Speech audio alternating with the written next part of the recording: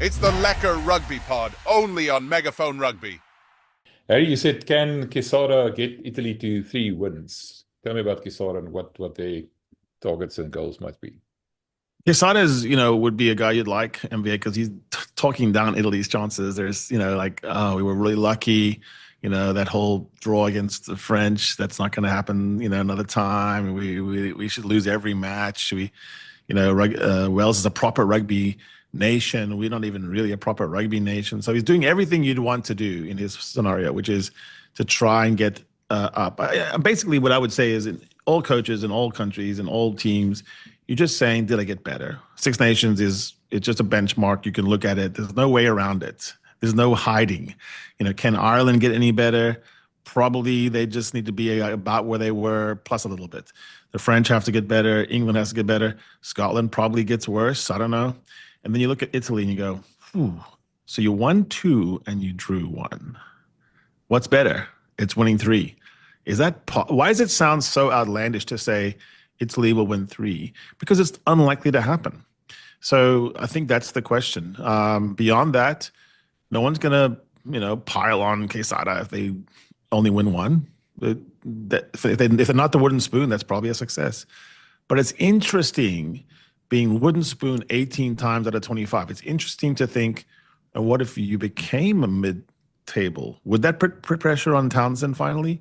Would that put England's doldrums in perspective? If it's just about we have to win against Wales, that's one thing. But if Italy can consider itself an actual competitor in the tournament who can be a kingmaker, maybe not the champion, but be the one that makes the thing happen, then that would be a huge coup. He's an impressive coach as well in terms of how his players listen to him, how hard they play for him. He's just got some limitations and things built into the program that I don't think he can get around, some uncontrollables, lack of depth and such. But if they can exit properly, if they can get a few more millimeters, a bit safer on the exit and maybe a little bit better entries, I could see that. I think one of the problems they have is they tend to be another highlight team, which is feasting off finishing line breaks. But the thing about if you are playing well and getting into the mix because you finished line breaks, it's such a tough one to rely on. It doesn't always happen for you. These streak away tries, and it's much more safe to be the French way where you build power, get in the 22, and then Miafu just falls down over you and scores. I want to ask you this question. You talked about the Wales regions looking a bit better maybe and maybe flattering to a degree. Italy's got the major problem. Benetton is not performing and they got a huge hiding this past weekend and Zebre Palmer is sort of basically gone. How does that influence Italy? Yeah, it's funny just to quickly on Zebra, they've won 3 games already this season. So, and as you said, they look set to go out of existence at the end of this season. They'll be replaced by another Italian team. But they're having, ironically, their best season ever in their last season. Benetton, though, you are absolutely right. It's almost like the Fijian Drua with Fiji in that you look at how that team is doing and you look at how the national team is doing, and you can learn a lot. And there is a lot that you can glean from watching Benetton week in, week out.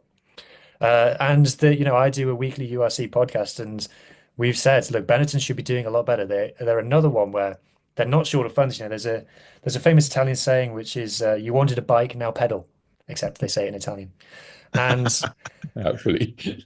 now with Italy, or with Benetton at least, you got the money, you got these fantastic players, you are all the eggs in one basket. And it's kind of a bit similar to France and Toulouse. You could argue the Benetton squad is better than Italy's squad because they've got Thomas Albanos, they've got Thomas Gajot, they've got Augustin Creevy, they've got Malachi Fekitoa, Rhino Smith, one of the most underrated players in the URC.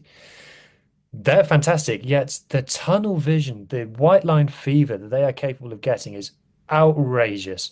If you saw their Champions Cup game against Bristol, camped on Bristol's line, phase after phase, just could not get over. And it was the same in their autumn international test, Italy's autumn international test against Georgia and the All Blacks.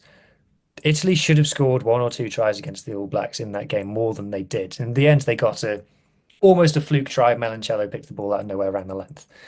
Um, the forwards got zoned into, no, we are going to crash over this line this way. And I think that reflects a bit badly on the halfbacks, to be honest, because the halfbacks would say, you've had 3 driving lineouts from 5 meters and you have failed to do anything with it on all 3 occasions. So guess what? Give us the ball. We've got Manoncello here.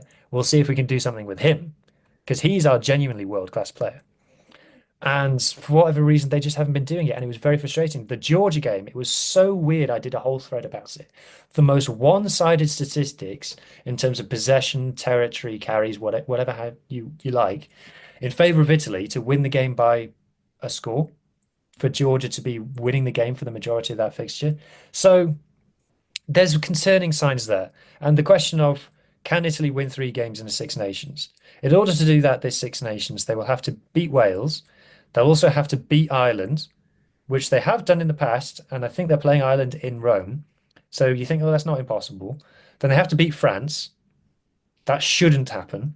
They have never beaten England.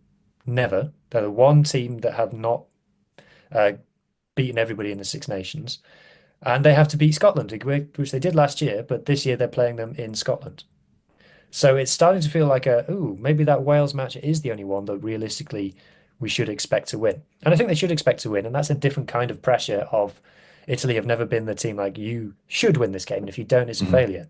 That's new to them. But I think they will, or I think that it's reasonable to call them favourites in that game.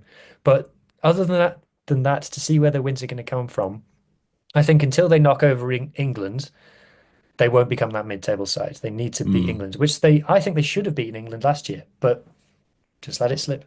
It's the Lekker Rugby Pod, only on Megaphone Rugby.